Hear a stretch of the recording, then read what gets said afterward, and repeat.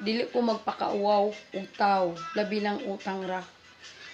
Pero kay natandog man akong ego, kay taga paningil nako, magsuko-suko, magtudlo-tudlo pa nga nako siyang poder.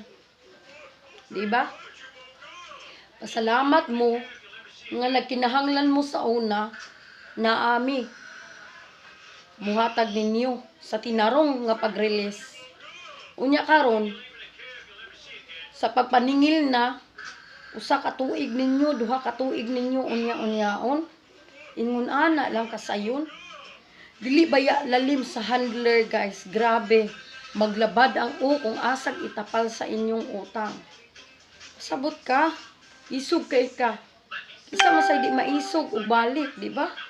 Ingnon pa ko nimo nga kuan kay kumutiks naningil ko. Isa may di maglagot ana nga sa aran ko nimo. Why tao di maglagot? Kay ngano kung nangita pa kag paagi daghang pahagi. So sa katuig makabayad ka anak kung gusto ka mo bayad. Pero kay wa makay plano mo bayad, tagaan ako nimo 150, Ginoo ko. Respetar na lang kay ginganhati ka. Ingon ana ka. Uy,